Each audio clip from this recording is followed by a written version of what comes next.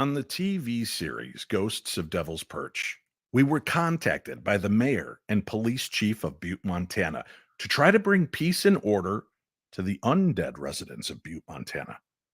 The police are there to serve and protect. But what happens when you face something unseen, something that cannot be cuffed or dragged out? Police deal with aspects of the paranormal much more than you'd ever imagine, and many develop a hyper sixth sense that they swear keeps them alive. What happens when the paranormal steps in during investigations? When a police officer is so sensitive they can sense the dead and perhaps even make contact? Today, we'll explore this concept with two special guests. First up, Scott Davis, an active member of the police and a medium.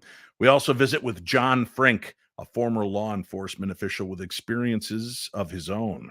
And we're going to get a visit from our old pal, actor, comedian Jamie Kaler for a brand new Upon Further Review.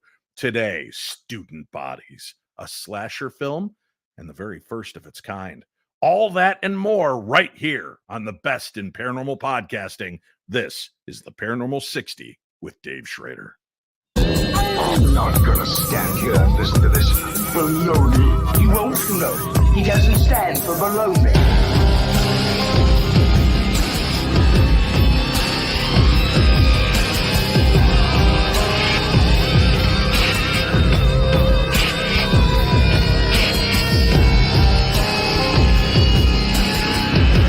Sounds like a lot of supernatural baloney to me. Supernatural, perhaps. Baloney, perhaps not. Scott Davis is an evidentiary medium based out of Middletown, New Jersey. He's a former United States Marine veteran and is currently a law enforcement officer.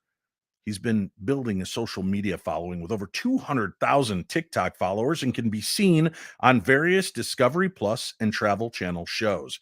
Currently, Scott is working with a private investigation team out of California on a 40-year-old cold case, as well as several ongoing paranormal investigations.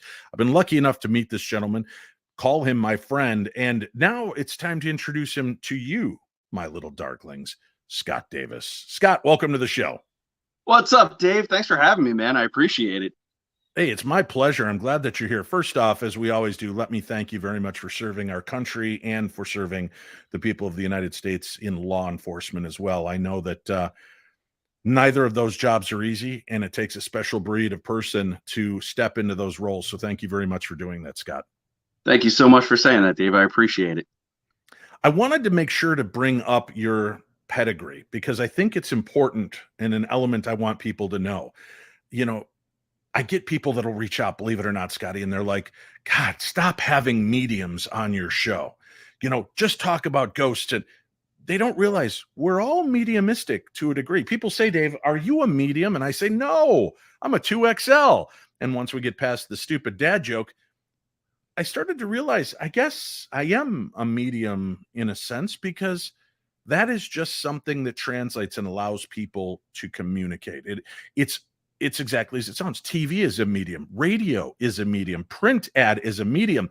Being a medium is a way to bring out a message. And spirits have chosen me from time to time to make their presence known, to be seen, to be heard, to be experienced. So I would guess that's probably the easiest thing to say, right? Is we've all got this mediumistic ability. But what intrigued me specifically about you is, in order to be in the Marines, they don't take just anyone. Now, mind you, Scotty, I also know a bunch of Marines, and they are loons. They're completely crazy, but usually in good ways. Law enforcement, same thing. They're looking for pragmatic, logical people that can come in, detect a situation, investigate it, and try to wrap their head around what's happening by using means of logic and evidence.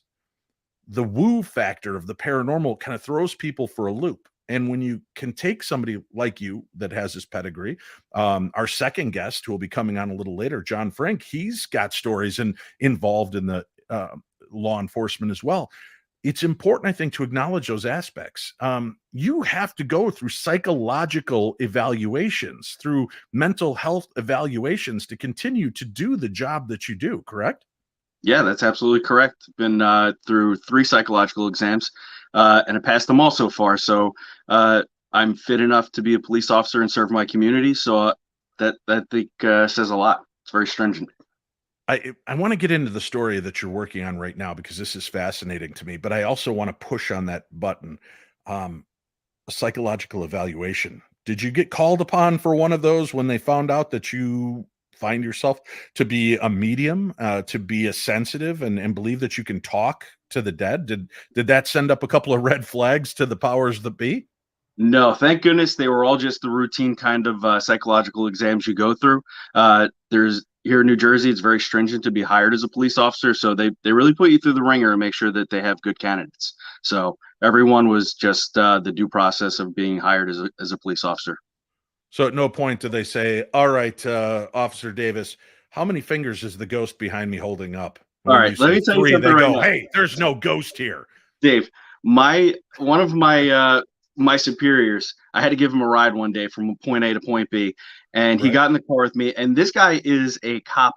He has the haircut, square jaw, square shoulders. He is a police officer, no doubt about it. And I was very nervous to be in the car with him because he could be a police officer for sure. Um, Sure. and he got in the car and he just opened up about his very own experience that he had with a paranormal experience and a medium, and it blew my mind. So even a man that I respect very highly, that I never would have thought in a million years would have stepped into my police car and spoke to me about the paranormal, felt comfortable enough with me to sit and talk with me about it in our ride. So that showed me that there are a lot of people that are much more open to listening to what we have to say, especially when it comes from a colleague and somebody who is respected in both fields. So that meant a lot. I've spoken to police officers throughout the years on and off the record that have been open about this. Ralph Sarchi. I mean, here you've got a New York detective, cop who's dealing with the demonic and helping people get rid of it. Other people that have come forward with this story. And then there are many that have told me off the record, hey, I've got to deal with this all the time. One guy had talked to me, he was a police officer in I believe it was Terre Haute, Indiana. And he said, I was on site at a murder crime. And as we were taking pictures and looking around and, piecing together what was going on, I looked up and I could see the murder victim sitting in the chair. And I looked around to see if anybody else could notice this. And I looked at her and just kind of nodded my head to let her know I could see her. And she just clearly pointed across the room at a picture on the wall. And I walked over and she's looking at me while everybody else is doing their stuff. He goes, I walked over and I pointed to the person on the wall. And then I kind of did the old, drawing the finger across the throat and then pointed at the victim. And she nodded. And he said, so this is who killed you. And she acknowledged it.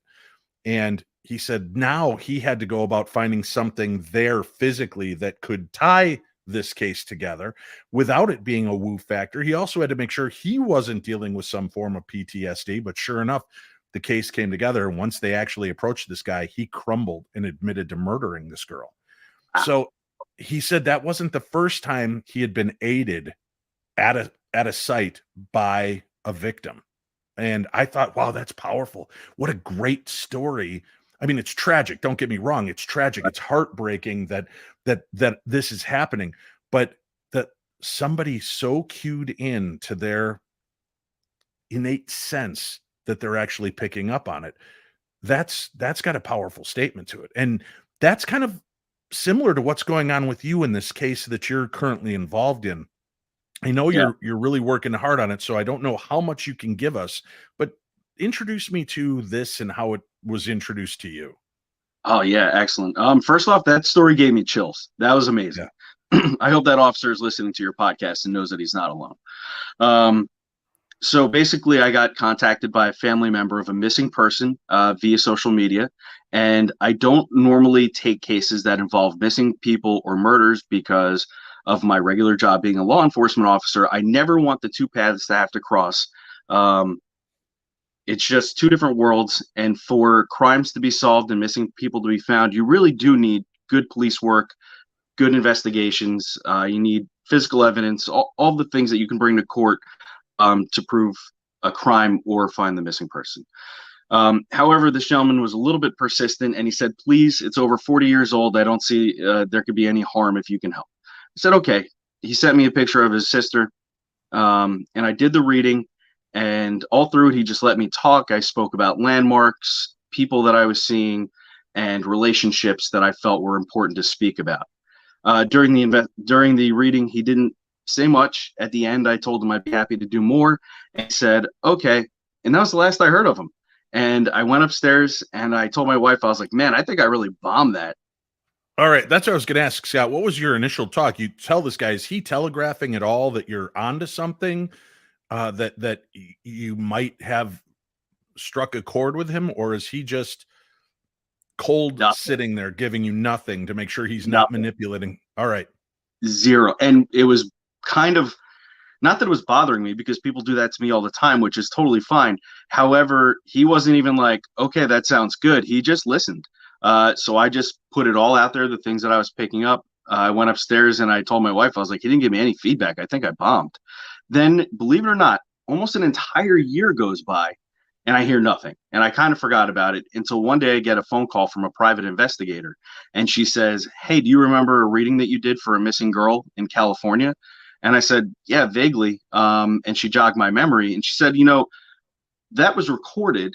And the brother sent us the recording because we were working with him at the time on the missing person case. And it didn't make any sense to us. However, in the last couple weeks, a box of evidence came forward with journals, calendars, and other personal information about the missing girl. Her name is Dina McCann. And after they went through this box of evidence and notes and all these other things, they found that what I was talking about was spot on.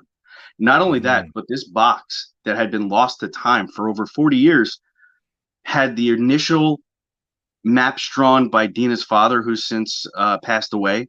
And it had all the landmarks that I was talking about that the family really didn't know that their dad was looking into because they were so young at the time. They weren't really involved in the investigation that way. So it wasn't until a year later when this private investigation team got this information that my reading started to make sense to them. And then it was off and running. They had decided that if I could do that good of a job from my chair here in New Jersey, that I could probably do an even better job if I came to California. So they flew me out there. I stayed with the private investigator in a spare bedroom. And for 4 days straight, we went out and I used my psychic abilities. I used some paranormal techniques.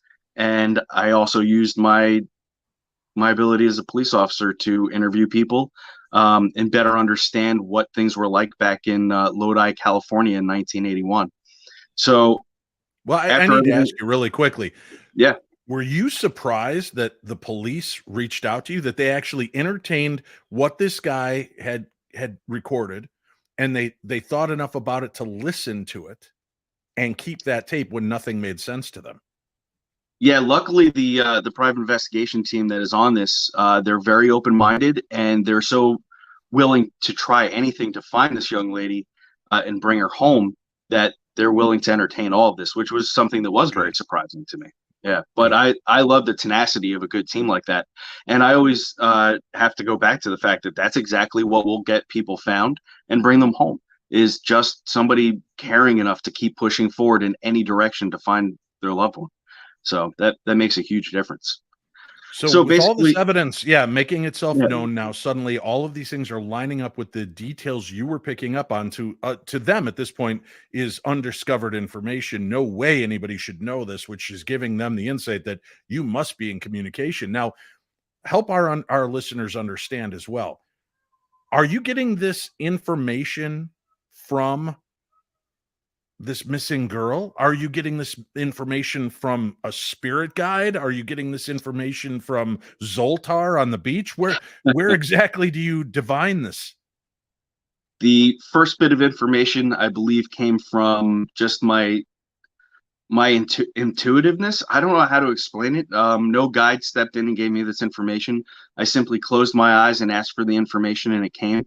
It wasn't until I got to California that I actually made contact with the missing girl, who I know is deceased. I saw her. She came through during a reading for the family that's still with us. And she had a lot of amazing things to say. And during my travel there in California, she stopped me in a place that I did not know existed. While we were in a car, I made my private investigator stop the car, and I got out and I said, "This is where this young lady lost her life," unknowing that it was the same spot that her father felt that she was brought to in 1981. Now, why would her father feel that that would be the place her body would have been brought to? Does that not ring some bells that maybe dad knew way too much? Well, we will be talking about some of that. This is a very deep and windy road that we're going to go down. And if anybody's interested in following that, they can find me on my social media, and I'll be talking about that stuff.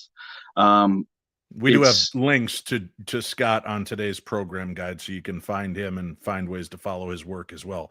But go ahead. I know this next 10 minutes is going to fly by on us, but go for it. So basically, when I stopped there, I got out of the vehicle and I did this reading and I spoke about it at length. And the private investigator who had been driving me around, oh, by the way, her name is Tracy. She's fantastic. She said, "You're unbelievable." And after I was done, she said, "This is the same spot that her dad thought in 1981 that she would have been taken to, where this could have happened." And that brought me to a spot where I was able. We were out in Lodi, California, and the layout of this place, for anybody who's not familiar, is vineyards, miles and miles and miles of vineyards. So we were standing there, and I felt that we needed to go to the next place that I hit on, which is where we were headed to anyway when I stopped on this particular spot. Right. And when we ended up at the vineyard, there's a huge revelation that happens there as well. The first revelation at this vineyard, and this is where I feel that she probably is disposed of, which I don't want to talk about it too much because I don't want to give away everything before we get there and have an opportunity to actually look for her ourselves. Sure. But basically, through the points that I got psychically, using good investigation skills and deduction and reasoning, that vineyard is privately owned, and the people there have given us permission that if we get a cadaver dog, that if the dog indicates that there is somebody there, that they will let us dig. And this is not a place where it's just trees and grapes. This is a significant place with a structure. So with that, the team says that they have a team with a cadaver dog lined up, and we'll be going back again to look one more time to see if we can find her. And it's absolutely incredible. When you first tapped in, it was more through intuition. Do you feel that it was like a sense of remote viewing in a way that was giving you this information, as though the great Ethernet of the beyond was filtering through to you? Yes, it was. So for anybody who doesn't know, remote viewing is just when you close your eyes and you focus in on a space and you attempt to name landmarks or objects that are nearby that could give you a pinpoint location of where you actually are. Now, remember, I'm in New Jersey. I've never been to Lodi, California in my life. However, when I closed my eyes, I had felt that I was seeing a forested but very dusty area. I had seen and heard very loud cars and motorcycles, which was really interesting to me as a point of reference. I was seeing something about circus tents, and I was also seeing something about trains and rail cars and these sorts of things. And none of that made any sense at that moment. But when I got to California and we started looking around, it all came together, very specifically about those sorts of things. So, and it's still going to play a big part moving forward as we go on. So yeah, that was just remote viewing. And then when I got down there, over to California, and I sat at the dinner table with these folks, Dina herself came forward, and she had some really beautiful things to say to her brothers, who are the ones really pushing for the search to continue. So I know, especially opening up with the story I told with the officer in Terre Haute, this spirit's there, points to the killer, points to herself, lets the police officer know without not holding up a rose and showing a butterfly and a waterfall and all this obscure stuff that we always hear these mediums get. Why why is she not just coming forward and saying, Scott, I'm in the red barn? And, being direct. Why is it always So this game of almost misdirection in a sense that here's a bunch of signs, put it together, you'll find me. Why is that? I wish that I could tell you, and it's part of the reason why I say that mediums and psychics don't solve these types of crimes. It really takes boots on the ground and understanding. Now, as a tool, as a medium or psychic, giving these locations and reaffirming to the private investigators that they were in the right spot when they found this box, and Dad was in the right spot. And when I hear Dina say to me, Scott, they've passed by me so many times, I'm right here. And the family literally lives just a couple miles away. She did give us very specific things to talk about. But when I asked her after the murder occurred, what happened next, she said, I don't know. This is where I lost my consciousness, and I'm not able to tell you any further. So she knew what happened to her from the point that she was abducted to the point where she was murdered. But after that happened, she said, I don't know how to give you any more information without just giving you clues as to where I am.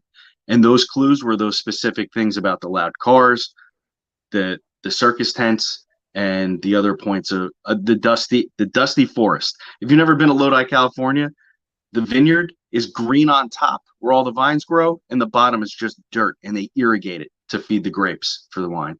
So it's a dusty desert. It's a dusty forest. Isn't that interesting? We've, Cindy and I have talked about this, especially in this new series we're doing, Ghosts of Devil's Perch. And I'm not trying to make it a seamless plug here, but the fact that we think that in a lot of these places, it's not a full spirit you're communicating with, it's a fractal. Do you believe she has truly the consciousness, the being that was this victim has gone on, but what you're dealing with is this page from her mental journal? That it's that kind of element of who she is that you're actually tapping into.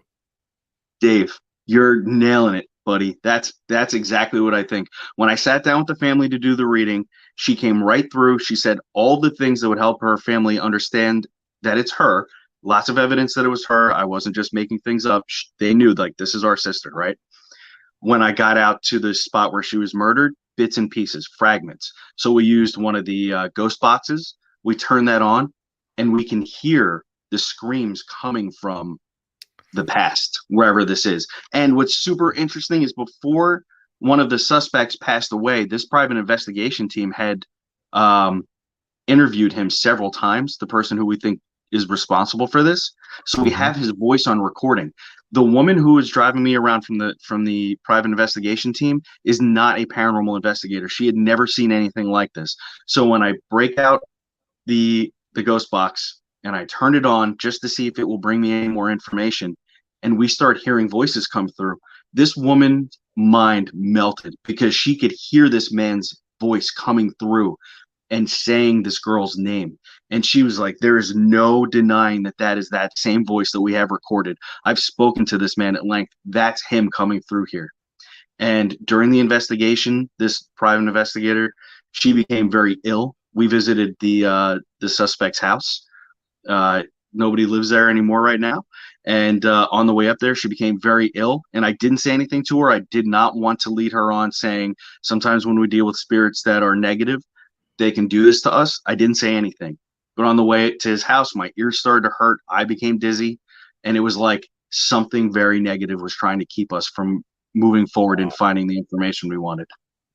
So after it was done, she actually, I didn't film this part, but I'm sure a film crew would have. On the way back from the house, we had to pull over for a couple minutes so she could go outside the car and hurl. I felt really bad, but I didn't want to. Yeah, it was really powerful. So there are bits and pieces of these spirits that are lingering, that are giving us the information that we need. It's just a matter of us to keep pushing and looking in the right direction.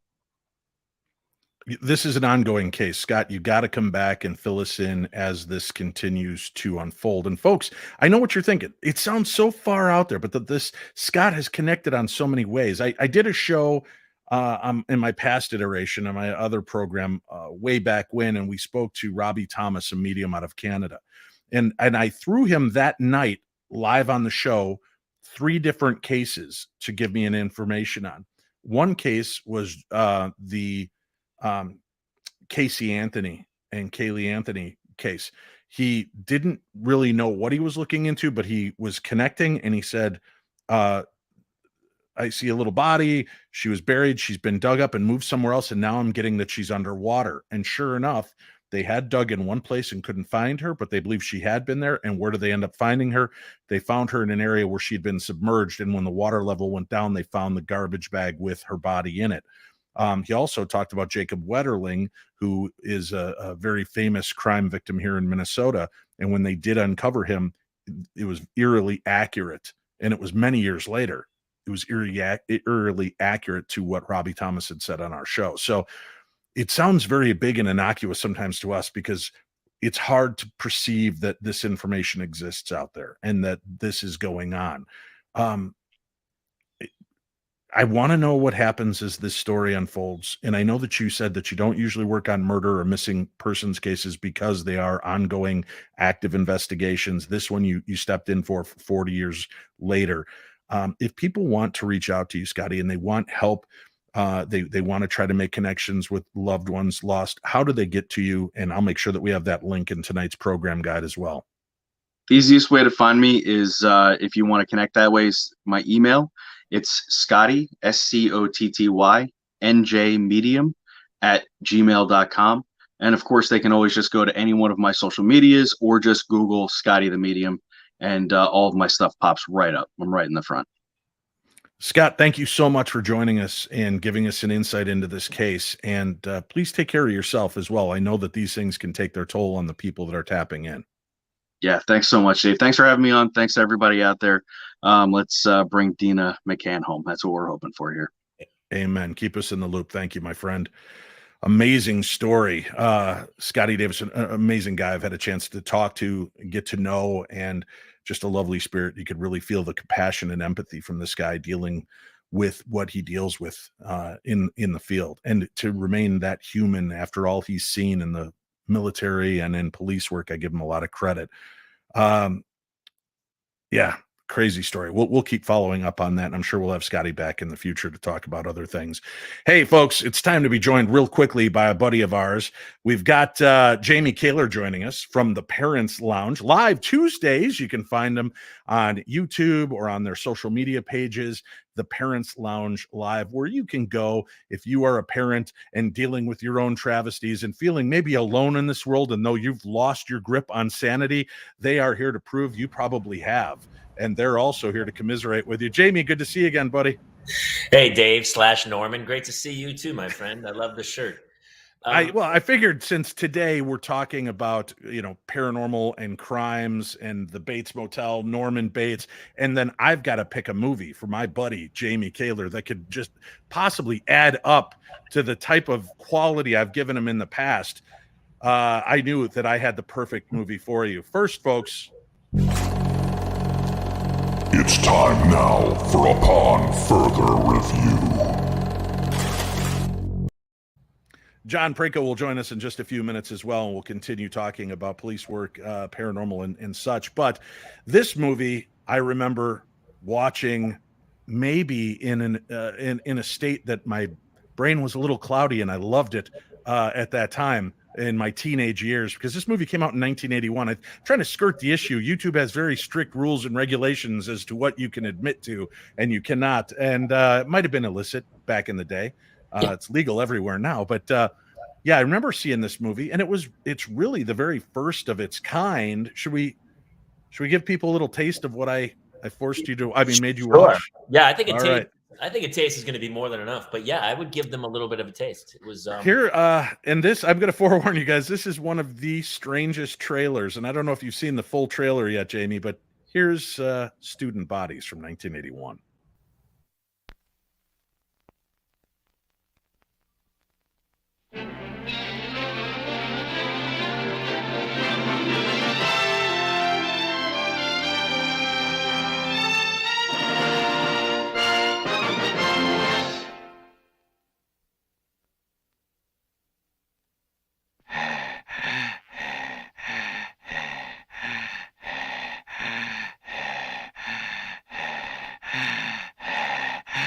Hello, it's me, the heavy breather from every horror film you've ever seen.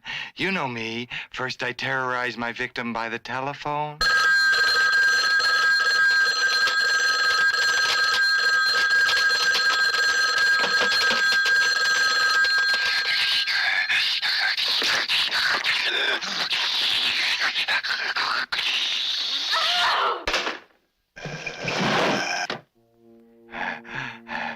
Then I choose my murder weapon. A gun?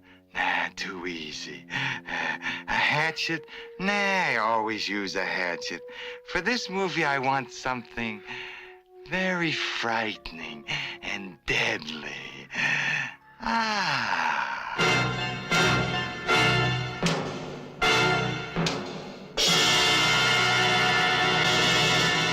Then I climb the stairs to surprise my victims. Why do they always live upstairs? This movie's a comedy, so killing's not so easy. Sugar lips. The movie's called Student Bodies, so I picked a typical American high school. This is Mr. Peters, your principal. Mr. Peters! You're naked! Yes, Toby. All these years I've been secretly naked underneath my clothes. Meet the rest of the faculty. The shop teacher, the guidance counselor, the janitor with the IQ of a handball. What's he doing? Sex education teacher. This is totally unnecessary, ugly, and gets in the way. Everybody's into sex. Last night he gave me a hickey right here. And your mother? She also told me that sex was bad and dirty. But only with my father. With everyone else, she said it was great.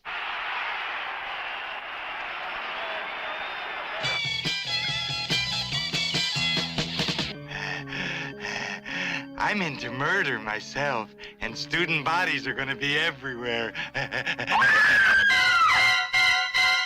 Dead bodies downfield, 15-yard penalty.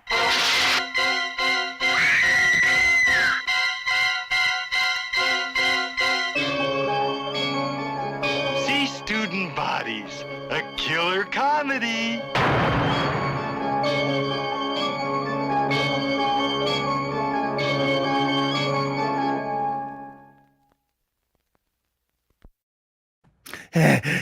So tell me, Jamie Kaler, did you like it? It made me dizzy just listening to him.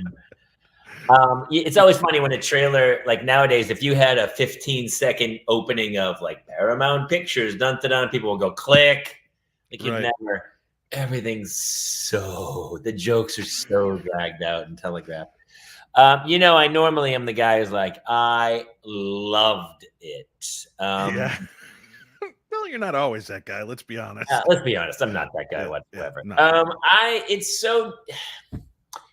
It's always, is it dated or does it hold up? I mean, I think if you could like go back in that time, it's a fitting tribute to 81 and to what it was trying to say from the year before about like every film. I saw all those films. I went to the movies to see all those films. I think horror and comedy, very tough, very tough. And so for this one, didn't pull it off for me. Wow, really? Pull it off. I didn't love it. I didn't love it at all because the jokes were so drawn out. But I mean, what's your favorite of all time horror / comedy? Can you think of one?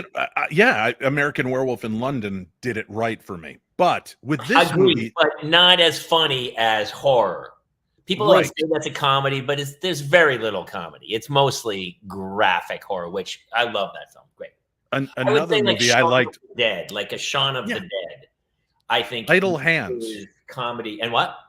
Idle Hands, super funny and really gory, and that's what's really. It was funny because you expect it to be like if it's going to be a comedy. I thought the gore should have been absolutely insane over the top, but there's honestly. I mean, there even has the little clip in there. There's no R rating until the one guy comes in and says, "Hey, we want to be an R rating, so blank," and he swears and drops another bomb or something. But it's not like because I remember seeing like Porky's that year, and you're like, I mean, watch Porky's now.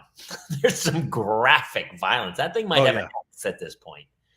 So it felt a little tame for me. I felt like if you were going to go overboard, I think Scary Movie kind of did the same thing and then went overboard to kind of. Well, obviously, Wes Craven came out with the Scream movies, which were kind of a comical take on the old Hollywood movie tropes. Then you've got the Scary Movie, which is then the take on the take of the Hollywood movie tropes. This movie, what I really appreciated about it, it was the first of its kind. It was after Airplane and some of those movies, and you could tell that they were definitely going in on that Kentucky Fried Movie vibe. Right. I mean, of absurdity. The horror film thing first, but I even feel like Mel Right. Brooks kind of. I mean, is Young Frankenstein after this or before it? It's before it.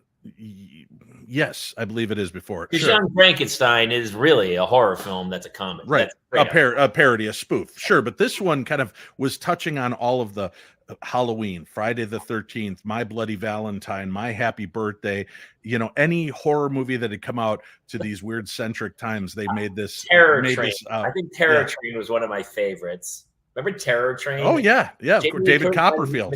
That one, yeah. And then obviously Carrie, and then Friday the 13th, Halloween. I mean, it was. I will say the one scene that stuck with me all these years from Student Bodies is when he's climbing the stairs. He's got rubber gloves on and he keeps stepping on gum and touching gum along the banister. And then at the one point you hear him just kind of psychologically break and he goes, I'm going to kill the kid with the gum. Yeah, right. yeah, And he yeah. just kind of loses it. So Yeah. I don't know. Like I said, 1981, it was that kind of appreciative, clean nature. So if you do like maybe C-level horror movie spoofs, I think people that love and live in that space. Sure.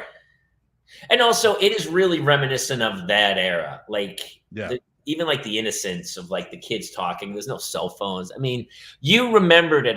Sometimes when you see a movie when you're younger, you're enjoying the nostalgia of re-seeing that movie. I've never seen it, so when I watched it, it was dated. And you're like, and also I've changed because my attention span is so much shorter because of what we get now. Even I catch myself sometimes. I'm watching like old movies like The Sting, like the greatest film of all time. And I'm like, let's get through this scene instead of like basking in the glow and enjoying it. We all of us have to be there now. It has to be now. And so there is no reward for kind of getting lost in the moment and the time. So, I mean, if you want to, open some Mickey's Big Mouths or some Bartles and James or a Zima and go back to the 80s and have a nice, night of reminiscing and turning your phones off, then yeah, Student Bodies is you'll definitely laugh. Even if you're not laughing at the joke, you'll laugh at like imagine yourself on set with those people and you'll get a good laugh. Right. The tall skinny guy that was super funny. He was super funny. Yeah, he was amazing. Yeah. So 1 Phantom, no bueno. 5 Phantoms, you got to watch this movie repeatedly. Where are you going to rate this? Right in the middle. It depends on your mood. Depends on your mood. Like if you're in the mood for an old corny take on like, because that era, if you grew up in that era, every weekend was a brand new horror film. And they would just take whatever holiday was then. It would be like 4th of July. It's the 4th of July, and they would kind of. Do you think? Yeah. This movie. Do you think this is a group movie? Should you watch this with like 5-6 of your buddies that are all from that era? Oh, I would say it's the only way to watch it. And honestly, I would argue that psychedelic drugs would only help. All right. Jamie Kaler, Jason Gowan, hosts of the Parents Lounge, live Tuesday nights. You also do other special episodes, and people can keep up with you. We'll have a link up for the Parents Lounge on today's program and to find Jamie Kaler online. Jamie, thank you, buddy. It's always a pleasure. Thank you, brother. This week's show's Dan Cummins coming on from the Time Suck podcast. He's really funny and kind of ventures into the paranormal world as well. And he's coming on to do the show. He's a great dad, and it's also our birthday show. Jason and I have a birthday this week, and so it's a big. Oh, I kind of feel like your parent because I put that seed and that little swimmer together, and here you are. So here we are. Here we are. Daddy Dave's proud of you guys. Love you, brother. Talk to you soon. Thank you. Thanks. Bye-bye, Jamie. All right, we've got more to cover. John Prink is going to join us in a few moments, but first, let's talk about some of the cool stuff coming up right here. Welcome to the Paranormal Couple's Haunted Museum of Objects, Oddities, and Curiosities. Curated by the paranormal couple themselves, Cody Ray Despian and Satori Hawes. This unique traveling exhibition visits haunted locations and conventions around the United States and features up to 150 presumed haunted artifacts from the museum. These objects have been hand-selected by Cody and Satori themselves due to their intriguing yet eerie spooky stories. Come view items from around the world, including tribal artifacts, occult items, true crime memorabilia, haunted dolls, clowns, and so much more. If you're a fan of the paranormal or history in general, then there's something here for you. For more information on the museum and upcoming events, be sure to visit us at paranormalcouple.com and follow us on Facebook at the Paranormal Couples Haunted Museum.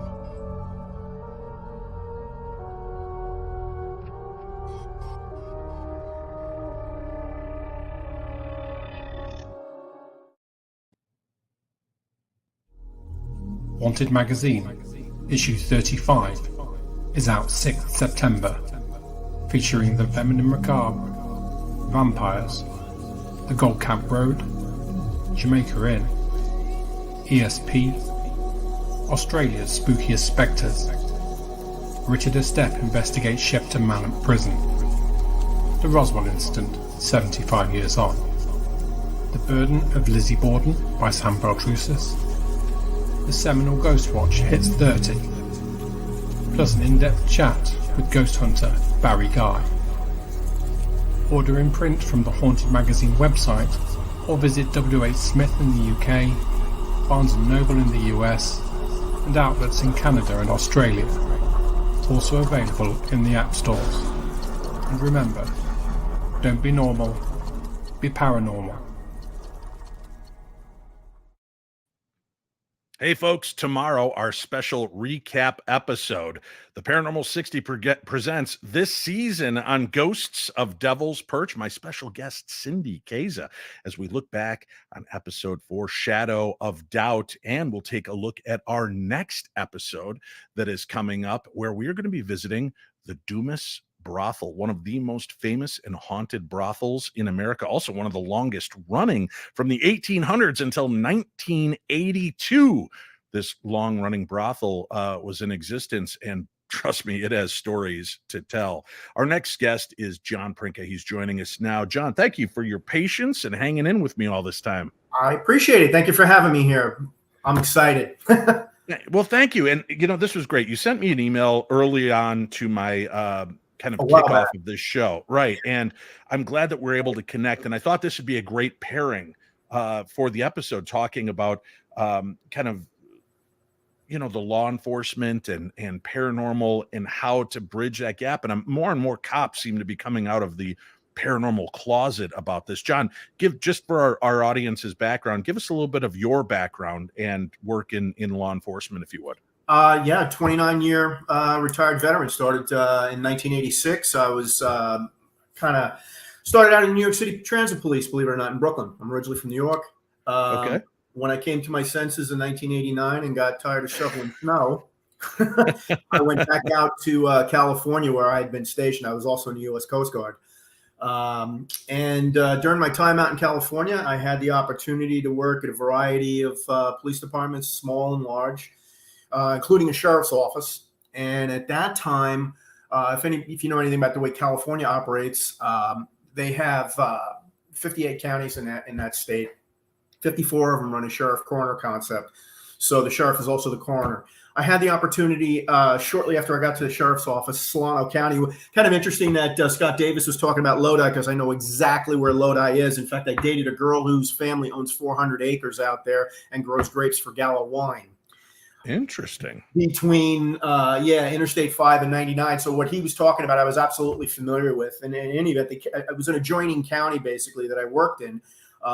Same sort of deal, an agricultural county, but I had the opportunity, as I should say, to go into the coroner's office and work in there for 4 years.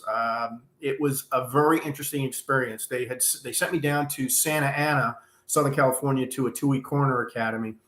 And that was one of the most interesting experiences I ever had, because it taught me so much about, how the human body works, right? We witnessed a bunch of autopsies. I was in there for 4 years. We handled about 1,300 deaths a year. So it wasn't really big, but on the grand scheme of things, when you're the only guy in the county that I was, that was me frequently. Okay. You're handling a lot of cases. So I got a chance to witness, probably 800 to 1,000 autopsies over the period of time. Been on numerous homicide investigations, suicides, all kinds of deaths. And what kind of sparked my interest further into it, I mean, going back, I mean, I had been into the paranormal and ghost related stuff, even as a small child growing up in the 60s and 70s. And then growing up in a house that was built in the 1930s that was incredibly haunted. I'm sure my parents and all my friends and the neighbors in the area thought I was nuts because of the stories I was coming up with. Interesting, because my dad built me a room in the basement of this house. They were WPA projects. Okay, this house was built in 1939, Long Island, New York. Small house, 700 some odd square feet, not a lot of room. Dad didn't want to go upstairs, so he built a house in the basement. Okay. So yeah, it was interesting. It was interesting. All kinds of noises going on in the basement, and where the way the stairs went down to my room, there was a small little vestibule that he created. One side was like where Mom had washer and dryer, my dad had his workbench. The other side of the basement basically was my room. My room was huge, and in the hallway was always on the ground was always this funky looking, what I can describe as a shadow of an H. It's about the best way to describe it. Didn't know what it was.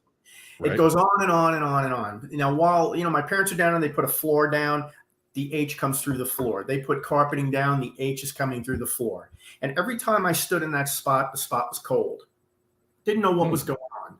Then I'm starting to hear stories about the house that one of the original architects that designed the house back in the 30s, somewhere along the line, the story came up that the man had committed suicide and hung himself in the attic of our house, right? Now, as a kid, my parents wouldn't let me go up in the attic. The attic was a crawl space, basically, just typical old house where you push it's the only thing you're saying, you got to get a ladder to go up there. Totally unusable. It's just rafters and whatnot. Well, my dad had gone up there one day, and I asked him, I says, what do you see up there? Because he came down super quick, and he had this weird look on his face. He says, nothing, just a piece of rope.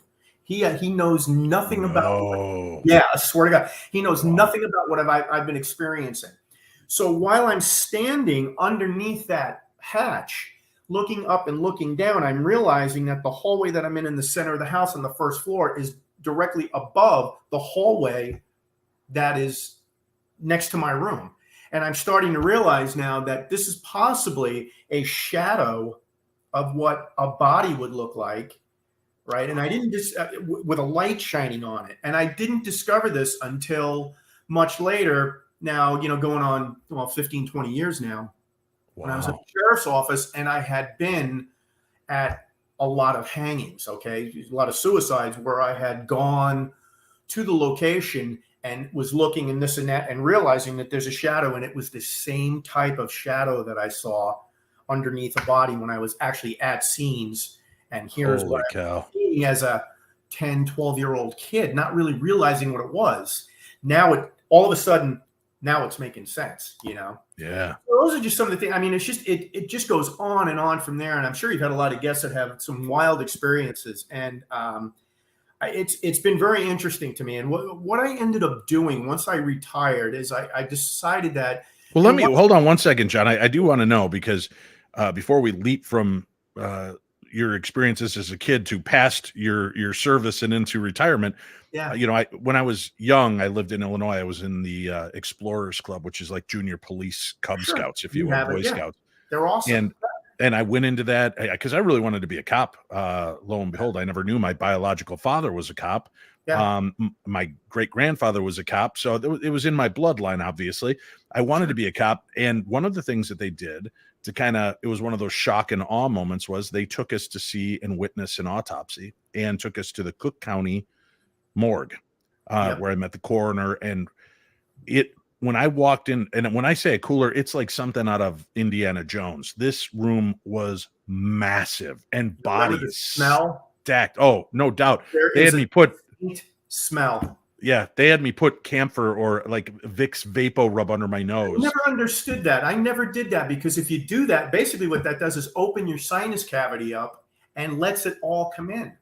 Well, I think they were hoping that I was just going to smell the Vicks, but you smell that. No, it was so pungent and horrible. Yes. But I stayed in the back and I was just kind of absorbing this. And of course, Sure. I, as a kid, had an interest in the paranormal.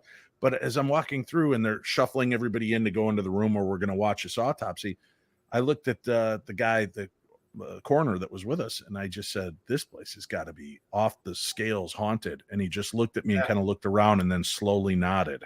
And I said, really? And then he put his fingers to his lips and nodded again. And I was like, holy cow, the Cook County Morgue. And that stuck with me. I think I did it for about another year and then just realized police work was not for me because I couldn't deal with the amount of death you guys have to deal with and see. That was overwhelming. You said, oh, it's just $1,300 a year. That's a lot of death. A lot of exactly. Yeah. I mean, when you put it in perspective, what I did is, I mean, first of all, going into law enforcement, I think it's much like, to me, it's not, it's an occupation, yes, but I think it's actually more of a vocation. It's a calling. Right. Not everybody can do the job. The people that do the job are special people, any of the first responders, because we're seeing people at their worst. Mm-hmm. You know, there's a good percentage of the time that you're doing good work, right? And that you do have good days. But, you know, by and large, the majority of the time that you're working, it's not good. It's always bad. You're always responding to stuff. We're the crazy people that are running into trouble, right? Firemen, cops, we're running towards the bad stuff. You folks are running away, okay? And when you put it all in perspective and you realize the amount of stuff that you've seen over the years, I don't even know how I made it through. I don't know. I just think it takes a special kind of person. Yeah. Particularly when you have you know, child deaths. I mean, I had my fair share of those. Those are horrific. You know, up to and including, I mean, we had one situation in the morgue where, you know, there was a woman on the autopsy table that was 103 years old. And this was like back in 2000, I don't know, 6, 7, 8, something like that. Well, I was talking to the pathologist when he was doing her autopsy, and he was like, do you realize that when this woman was born, the president of the United States was Theodore Roosevelt? And I went, wow, yeah, you're right. I mean, and then I put it in and you go, how much has this person seen in all those years compared to what you and I have? I mean, what do we have really? Color television, microwave oven. Yeah, they went to the moon. Okay. It's, you know, we have the internet now, and that's kind weird of how jaded we are. Yeah. Yeah. I mean, there's a lot we missed. I mean, there's a whole litany of stuff that this lady saw that we didn't see just because we didn't live during that period of time, you know? But, now, in your work with law enforcement, though, did you, and your fascination with the paranormal, obviously, as a cop, you've got to walk a thin line. You can't just be open up about a lot of this because you don't want your credibility called into question at any point. But did you ever have what you would consider to be a paranormal experience? And I know you and I share the fact we were both on a paranormal themed show. I was in Haunted Hospitals. You were on, what was the name of it again? I was Paranormal Emergency. Yeah, I was on Paranormal. I did an episode of that. I filmed it in Miami. Both of our episodes might have been a little grandized by TV in Hollywood, just a little bit, but you know, little effect put in. But yeah, what was your experience like in reality with the paranormal and police work?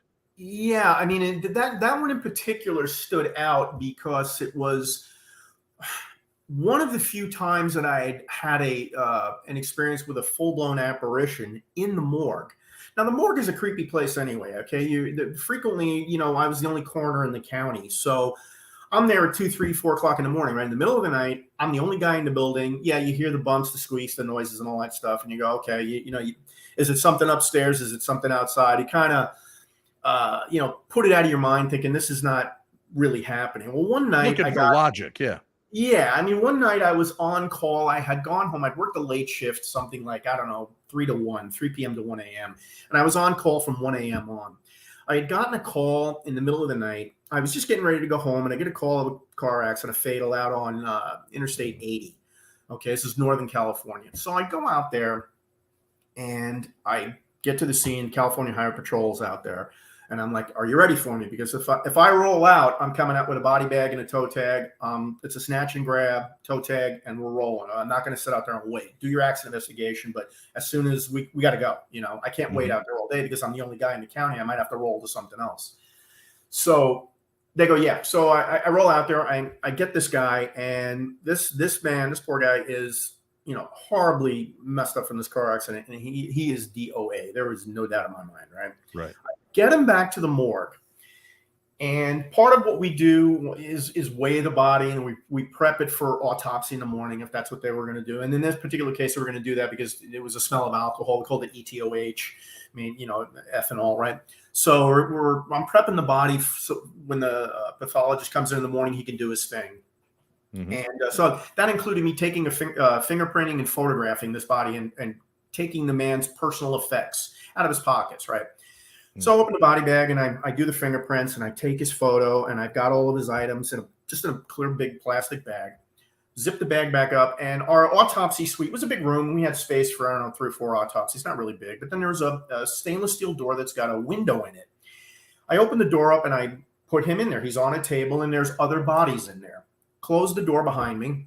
Walk through the autopsy suite, and there's another door that also has glass on it. And if you could picture it, it's the glass, but it's also got that metal mesh in there in case the window breaks, that the glass doesn't break. So I walk down this long hallway, and I'm going past, like, we have a pathology lab and a histology lab, blood room, our locker rooms and stuff. So it's a long hallway, probably, a good 50 feet, right, in the building. And down on the left side, one of the last doors is the door to the property room. So I open the door and I'm in there and I'm booking this guy's property in. I'm starting to get a creepy feeling now because I'm hearing noise and I'm like, what is going on? So I come out, and as I come out and close the door, I look down the hallway, and in the window is the full-blown, like, Head and Shoulders, like what we're seeing, only it's black. And I'm like, no way. I'm like, I want this experience, is how I thought to myself. Right. I want this. So I start walking towards it, and I'm doing this, right, moving, because I'm thinking, is this my shadow? Is the light? I'm thinking I'm trying to explain it away. And it's not moving. It's dead still. And I'm like, is there somebody else in the building I don't know about? Because occasionally a deputy might come in or somebody else might come in, right? And I'm like, there's nobody else in the building. I'm literally the only person within the coroner's office. Now, upstairs from us was the jail. So it wasn't uncommon to hear noises of jail cell doors closing, right? Mm-hmm. And I'm like, there's no way. I walk, as I'm getting towards it, it sort of dissipates. It moves back slightly, but then it dissipates. I open the door to the autopsy suite, and I don't see anything initially, but you get the hair on the neck is going up, and you're like, there's somebody with me, but I can't see it at this point. Right. Well, I look straight through towards the door that goes into the cooler, and I see the same apparition. And I'm like, there's just what is going on, right? I'm like, I can't believe this is happening. I'm like, this is, in a way, it's awesome, but it's also terrifying at the same time because you don't know what you're really seeing. Is there actually just somebody sneak in here and is hiding and playing around with me? I get to, and I'm starting to see it, and as I'm walking towards the door to go into the cooler, it starts to fade out a little bit. I open the door up, and it completely disappears. Now, I still feel that there's somebody in this room with me. Now, of course, I walk into the cooler, and we've got a number of bodies in there. I've got, I don't know, 10, 15, whatever. Mm-hmm. And the guy that's on the table that I had just rolled him in, I'm like, I got to open the body bag up now and look and see, because I had heard stories where people weren't necessarily dead on scene, but I was like, there was no way that this guy was not DOA. And I open the body bag up and I look, and he's exactly as I left him. Toe tag on. He's DOA. The poor man's dead. So I walk out, close the door, walk back, and I'm going back to I went back to my cubicle, and it just stuck with me. I was like, I didn't really understand what was going on. And, how do you process that? So at first I was thinking, well, maybe this guy was thinking, hey, what, it was something as simple as, what are you doing with my wallet and my personal effects? Maybe the guy was thinking, am I dead? It's just, I kind of processed it in my head and was like, dude, you're really here in the coroner's office. Unfortunately, yes, you died in that accident. I have your property, and it's a matter of now me doing everything that I have to do to get the body prepped for autopsy, making phone calls to make notifications and things like that. So when I interviewed and did the show down in Miami, this was back in December 2018, the cameraman, after I interviewed and told him this, the cameraman said, I think I know what happened. And I said, well, hey, I'm all ears, look at these ears. I'm all ears, dude. Let me know. What do you got? He says, the man was not in front of you as you think. He says, it was probably a lighting effect. He says, did you ever think that maybe he was behind you and following you all the way down the hallway? He says, because you said you had that creepy feeling the whole time, like somebody was behind you. And I said, I did. And I didn't think about that at the time because I was just focused on at the time, like when you guys are on a site and you're filming and you see something, it's just like, boom, you're going right towards it. You're not, you got to get the tunnel vision, right? You're not focused on what's behind you. And, but it was a good in theory anyway. And I think that that's a possibility. I don't know, Dave. I just know what I saw that night was very real. I mean, it was nothing that I couldn't have even, you couldn't have made that up. I mean, this is what I saw. And to this day, even thinking about it, I'm still, this is all these years later, still trying to process it, like what actually was that I saw? And the only thing that I can come up with is, spirit came into the building with me. I had the physical body, the spirit followed me in and was questioning, his death, what happened to me? I think he just was curious. I think it was a curiosity thing on his part. What happened to me? What are you doing with my property? Why am I here? Where am I? That kind of a thing. So, yeah. There is a philosophy held by quite a few different religious beliefs that you physically stay or you spiritually stay with your physical form for up to 3 days after death, which is why a lot of times the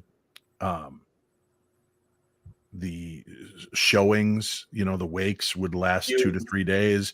Yeah. They would give everybody a chance to come in and say goodbye. They would also not have the spirit be attached to the body as it was entered into the ground, just some different aspects of that. It's fascinating to me, the belief system behind why we do what we do. And could that have been it? Yeah, there's something to that. I was raised, my mom's Italian, I'm raised Catholic. And it was always a thing I remember when someone died, my mother used to go over and open the window up, let the spirit, that's right. Go out. Cover the mirrors, open the windows. Yeah. Cover the mirrors was a big thing. Yeah. And I realized that, now, my house now, my wife and I are avid antique collectors. So we do believe in, attachment to things, physical objects have an attachment to them.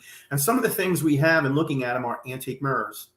And this current house that I live in, I sent you a little deal on that last night on my email. But when you start moving stuff around in the house and start redecorating a little bit, for us, it's not like we were physically moving walls and knocking things out. For us, it was simply just painting, But our dining room is a small space and had previously, the way the house was laid, this house was built in 1978. So it's not that old, but it's got a little bit of history to it. Right? It's a little 40 years old. So, there was a wall that had been walled up that went through the dining room and into the kitchen. And I think I mentioned last night, I'm also a musician, right? So I was actually, just before I came on the show, I was working on some music. I've got 3 songs we've got to work on, and I got more material I got to do. We possibly have to go back up to Nashville to go do recording. So that aside, here I am in my studio, and I'm a drummer. So I have my headphones on, and I got music playing through the headphones, and I'm playing drums. So I can't really hear anything other than my drums and the music I'm playing to, because I'm learning these songs. And while playing, the way my studio is laid out, I'm facing a wall, and there's a long hallway that runs down to the left of me, which is kind of a galley style kitchen. And then there's a side door that goes, it's basically the converted garage. It's an in-law unit. We do that in Florida. Right. Yeah. Anyway, so I'm sitting there and I'm playing drums, doing my thing, and I hear this horrific bang. And at first it sounded almost like someone hit the house, like a car hit the house. It was like that kind of a bang. And A second after I hear the bang, I see fairly low, but it was like the Running Man, like what you see on a sign when people cross the street. It was like that black kind of a figure thing, and it blew by me, and it ran towards this location where the wall that's directly behind me, where my drums are, is actually the other side of the dining room, like where we were messing around.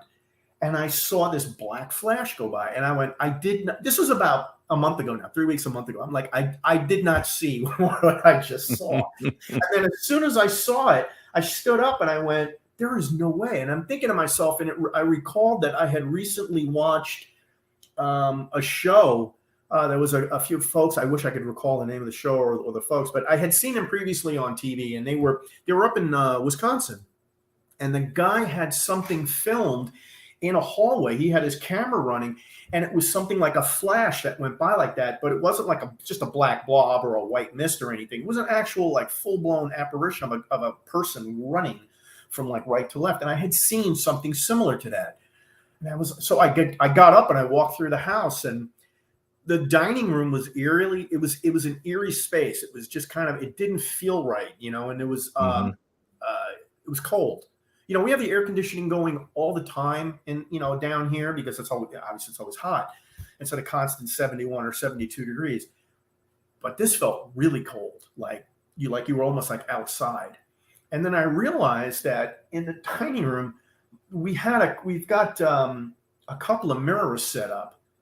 You're right. And I'm thinking, is this a portal now? Did we create something unknowingly?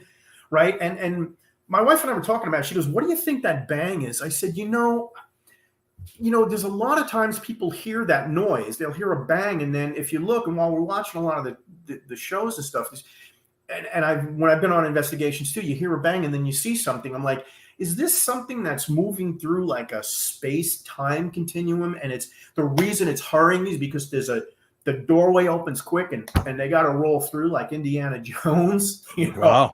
Good plan. Yeah. Do you know what I mean? It's like, yeah, that's kind of what I was thinking. We've noticed that a lot on EVP too. Sometimes there's just kind of right. Like it's like something's opening for this to be heard.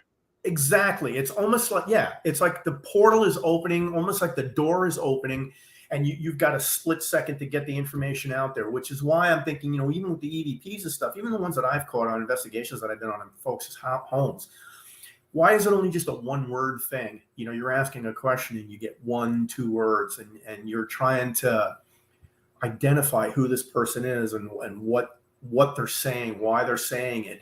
And could it be that there's only enough time to get 1 or 2 words out there? So the spirit is giving you the best and most information it can give you in that absolute split second it's coming out, which is why you just hear that 1 or 2 words. And now it's up to you to decipher what it actually is that they're saying, kind of put the puzzle together. So that's a good idea too. And, I've also thought maybe it has to do with those fragmented aspects of who we are, that piece doesn't hold a natural intelligence, but it has a limited spectrum of ability for whatever that moment meant to it. So right. Yeah, it's fascinating. That's what keeps me driving forward. We never really can pinpoint and say this is what's going on. I love it. Being a professional investigator, after retiring, one of the things I wanted to do is get into, the paranormal investigations now that I had the time. And right. I had initially, when I was still in California before I moved down here to Florida, I ended up getting in with just a local group out of Alameda, California. And we went on a local investigation at an Elks Lodge.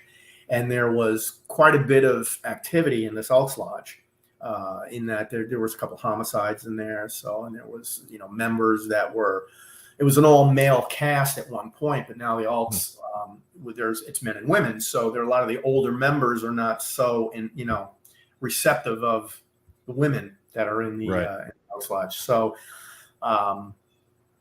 we had gone into, and it was one of my first experiences with an SLS camera.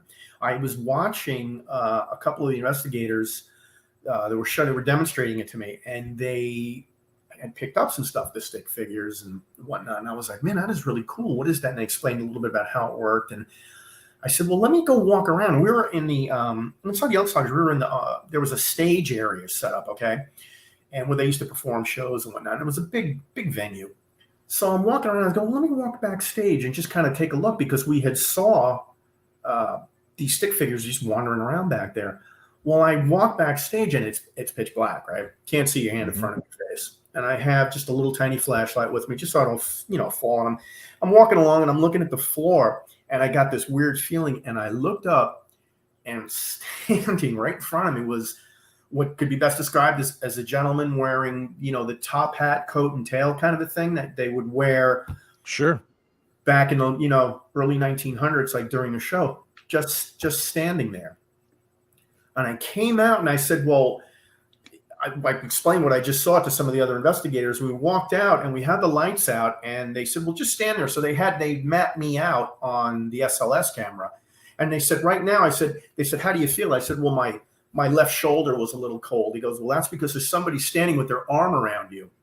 And, wow. Well, what it was is I had been in the Elks Lodge. I'm a lapsed elk, basically. I let my membership run out. I never, So I had gone in there and told them, I said, I was an elk. I was just a lapsed elk. I had to renew my membership. So the minute I said that, during the SLS camera, they said, this guy apparently had put his arm around me, and this figure was moving around and dancing around. And I was like, and I don't see anything. I can feel it, but I don't see anything, right? Don't hear anything. Like sometimes you get that whisper in your ear, right? But I didn't feel anything other than just a cold spot and the coldness on the shoulder. It was just really interesting. I mean, it was just, you could sit here all day and just, relay, the tons and tons of experiences that you've had. It's just, I love it. I mean, I want to get into it more and more and more. As you do, and you have more strange experiences to share, John, come back and share with us, would you? Yeah, absolutely. Absolutely. All right. Thank you very much, John. And thank you for your service to our country. Thank you. And Appreciate in it. law enforcement. Thank you. All right, folks, let me remind you, tomorrow night, the Paranormal 60 presents this season on Ghosts of Devil's Perch. Episode 4 recap, Shadow of Doubt, when we return to the Fink family home to talk about the case, what you found, what you saw, and what we didn't see. That's right. 2 interesting pieces of evidence that we missed, but found in the raw footage. We'll show that tomorrow, and I'll be popping it on Cindy as well. This will be the first time she gets to see it, so make sure that you're here for that. It's easy to dismiss the paranormal as inaccurate observations, as misunderstanding rational moments. But as we proved today, when even the minds of law enforcement, trained investigators, see there is more than just meets the eye, perhaps we all need to take a deeper look at the unseen world around us. I'd like to thank my guests today, Scotty Davis, John Prink, for your service to our community and to the citizens, and for being brave enough to share what you did and your own experiences on tonight's show. Again, to my good pal, Jamie Kaler. He is one of the hosts of the Parents Lounge. Make sure you check them out live on Tuesday nights as well. Thank you for the laughter and the happiness that you bring to people. You are a hero too, my friend, and I appreciate you. Thank you all for visiting the Paranormal 60 and allowing me along on your journey. May the darkness here be just a little more light with the information that we share. And be brave, my darklings. Take chances, live life, and make a difference in other people's. We'll be back again tomorrow with the special edition recap look, and I'll be back Friday with more supernatural news with the Paranormal 60 news crew. We'll do all that right here on the best in paranormal programming. I'm Dave Schrader, your host, and this is my realm. This is the Paranormal 60.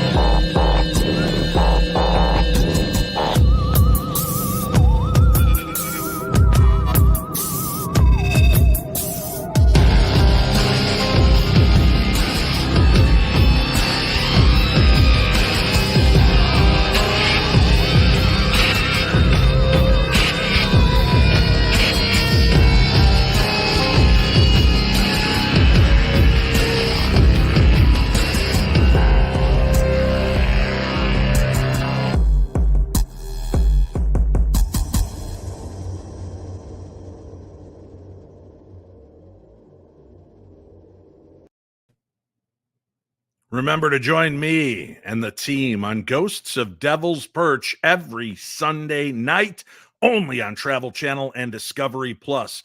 And stay tuned.